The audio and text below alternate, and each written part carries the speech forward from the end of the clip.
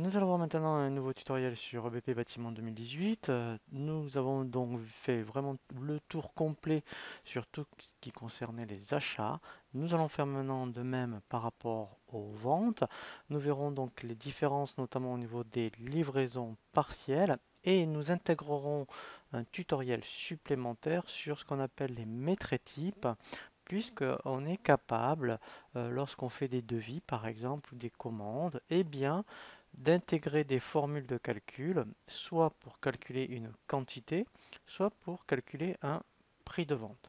Donc sur le même principe que lorsque l'on a vu pour des demandes de prix au niveau des fournisseurs, eh bien nous allons faire la même chose pour les ventes lorsque bien un prospect vous demande un devis. Comme ça on verra que lorsqu'on a créé la fiche prospect au début de la formation, on verra que lorsqu'on accepte le devis, il va se transférer en client.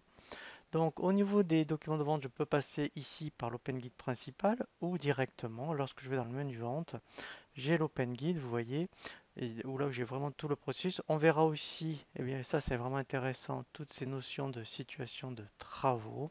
Donc on va commencer par bien, le processus pour le circuit des documents de vente. Donc je vais créer un devis. Je vais chercher donc mon prospect, vous voyez ici prospect. Voilà.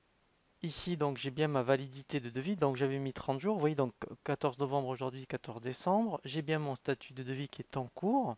Et là, pareil, eh bien, je vais chercher donc mes articles ou mes ouvrages pour faire mon devis. Donc, ici, l'intérêt, c'est que lorsque, si j'avais créé des ouvrages, vous voyez, je peux directement. Alors là, ici, voilà, je vais chercher installation baignoire. Donc, on verra aussi l'intérêt. Voilà, vous voyez, c'est l'intérêt bien d'intégrer, je dirais, un ouvrage, puisque lorsqu'on intègre un ouvrage, donc ça après, on va le revoir en détail, même avec des notions de tranche notamment, bien, on a donc le détail. Alors, on verra que le client, lorsqu'on fait un aperçu, peut ou ne pas voir le détail. Si l'on regarde donc les différents onglets qui sont présents dans le devis, donc on a la même chose que pour les achats. Donc on a un récapitulatif ici, donc en pied de page. Pareil, donc après pour l'onglet facturation, donc ça c'est l'adresse de facturation. Mais là aussi c'est intéressant, hein. Si vous avez donc par rapport à un client, bien donc il y a plusieurs sites, on aurait pu choisir une adresse différente. Alors là ce qui est intéressant c'est les adresses de livraison. Je pense notamment à un plombier par exemple qui travaille pour des syndics. Bien ici si un client il avait le syndic, ici ce qui serait intéressant, c'est qu'il peut créer toutes les adresses chez les particuliers qui va intervenir. Ça, c'est vraiment très très bien. L'onglet complément, donc là, d'où l'intérêt, vous voyez, donc si j'ai affecté par exemple un commercial, et là, ça c'est nouveau, vous ne l'aviez pas dans les achats, voilà, ici, effectivement, on peut mettre après, donc soit, donc si j'avais créé des commerciaux, ou une autre personne d'ailleurs, hein, voilà, donc là j'avais mis des collaborateurs, donc si par exemple, ça serait un technicien, voilà, et après ce qui est intéressant, c'est que je peux après quand le devis après est accepté, mettre des dates d'acceptation et des dates de signature. Donc ça, c'est vraiment nouveau, c'est vraiment très intéressant. Voilà, donc ça, c'est lorsque l'on a fait le devis. Donc après, même principe, avant de l'envoyer par mail, je fais un aperçu. Voilà, donc voilà comment se présente un devis. Alors là, c'est vraiment pour commencer. On verra effectivement la personnalisation des documents de vente, hein, où on peut voir vraiment avoir plusieurs modèles de devis. Voilà. Et après, donc en fonction de ce qu'on choisit, après on peut dire eh bien, si on veut afficher ou pas le détail, vous voyez, donc d'un ouvrage. Voilà, donc ça c'est à l'intérêt parce qu'après, par rapport aux ouvrages, quand vous avez des ouvrages types, eh bien, si pour un devis vous devez l'adapter, il suffit d'insérer, vous voyez, ici, après, bien, une fourniture, par exemple, pour une main-d'œuvre supplémentaire. Donc si je fais une fourniture, voilà, je vais insérer, bien, par exemple, alors je me prends une douche, hein, voilà. Et après, il prend en compte l'élément, je dirais, que j'ai intégré.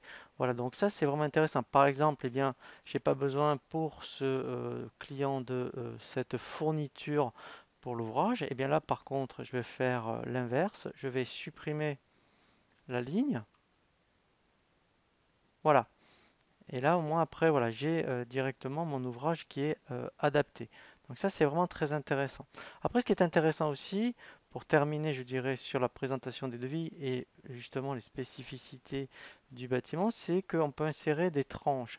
Donc ça, c'est vraiment très bien parce que là, c'est vraiment, je dirais, très clair et lisible pour le client et c'est vraiment très commerçant puisque c'est vraiment une présentation qui est vraiment, je dirais, vendeuse.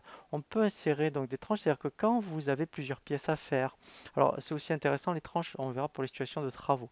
Donc comme si vous avez une maison à faire, par exemple, donc ça prend un petit peu de temps, il y a plusieurs étages ou plusieurs pièces, et bien vous pouvez faire dans le devis, par exemple, des tranches, par exemple, par pièce.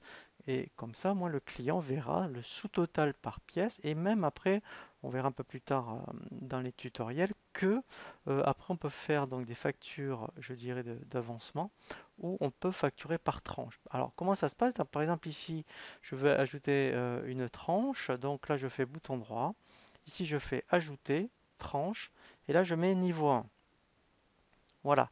Donc là par exemple je vais dire que alors c'est la cuisine. Voilà. Et maintenant, ce que je vais faire, je vais rajouter, ben tiens, pourquoi pas. Alors, je vais rajouter, voilà, c'est fictif par rapport au niveau des, voilà, vous voyez, au niveau des ouvrages, hein, voilà. Et là, en fait, il m'a fait le sous-total. Et après, je pourrais très bien renseigner une autre tranche. Alors, voilà, voilà. Donc là, ben, ça pourrait être la salle de bain.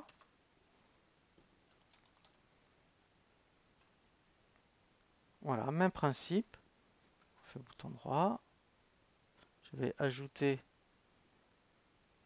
un ouvrage. Voilà. Et en fait, là, ce qui est bien, c'est que quand je vais présenter le devis, voilà, vous voyez, c'est vraiment très clair. Donc, au moins, le client sait exactement le détail des coûts, pièce par pièce. On dit de tranche par tranche. Voilà, donc moi, sincèrement, hein, donc si vous êtes vraiment dans cette situation-là, je vous conseille de mettre en place les tranches, hein. Alors, il y a une petite astuce, hein, il faut d'abord ajouter la tranche, hein, vous avez vu, donc, alors, il faut vraiment faire bouton droit. Après, quand on fait, alors là je l'ai ajouté, donc je vais me remettre ici. Si je fais bouton droit, voilà. Après je fais ajouter, vous voyez, tranche et niveau 1, voilà, hein. Et après tout ce qui est en dessous, lui, il sait qu'il doit le rattacher à la tranche. Voilà, donc là mon devis est terminé. Je l'envoie par mail, donc soit j'ai ici ben, configuré mon serveur SMTP directement sur EBP avec les informations de société, soit je l'exporte hein, directement en PDF et après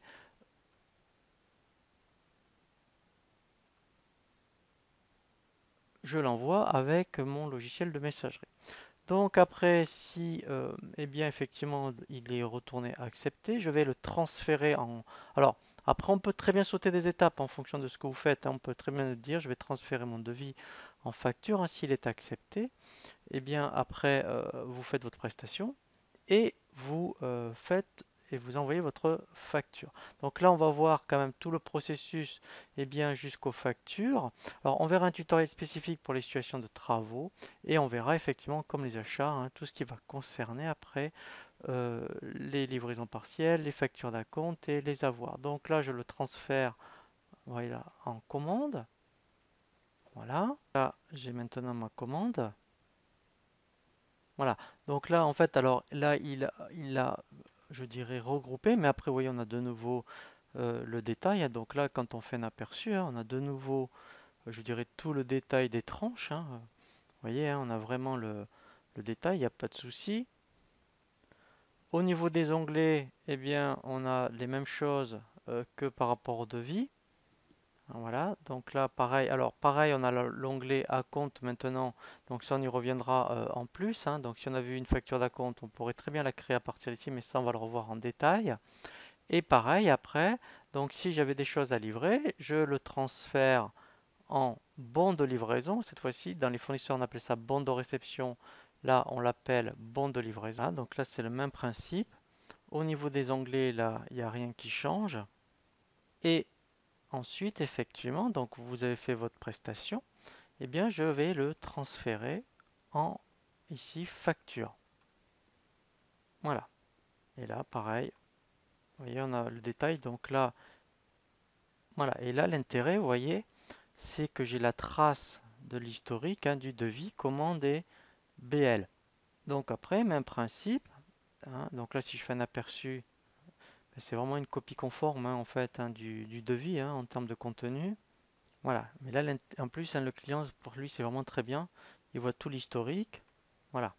Très important, bien sûr, il faut absolument hein, valider la facture parce que sinon elle a un statut de provisoire. Vous ne pouvez pas l'envoyer au client si vous ne l'avez pas validé puisque c'est bien marqué en filigrane sur la facture. Donc là, je valide.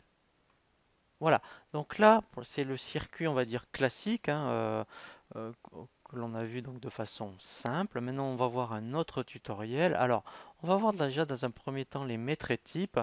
Ça, je pense que ça va intéresser beaucoup de corps d'artisans où effectivement, eh bien, vous devez calculer systématiquement soit des quantités ou des prix de vente hein, pour faire vos devis par rapport à votre prestation.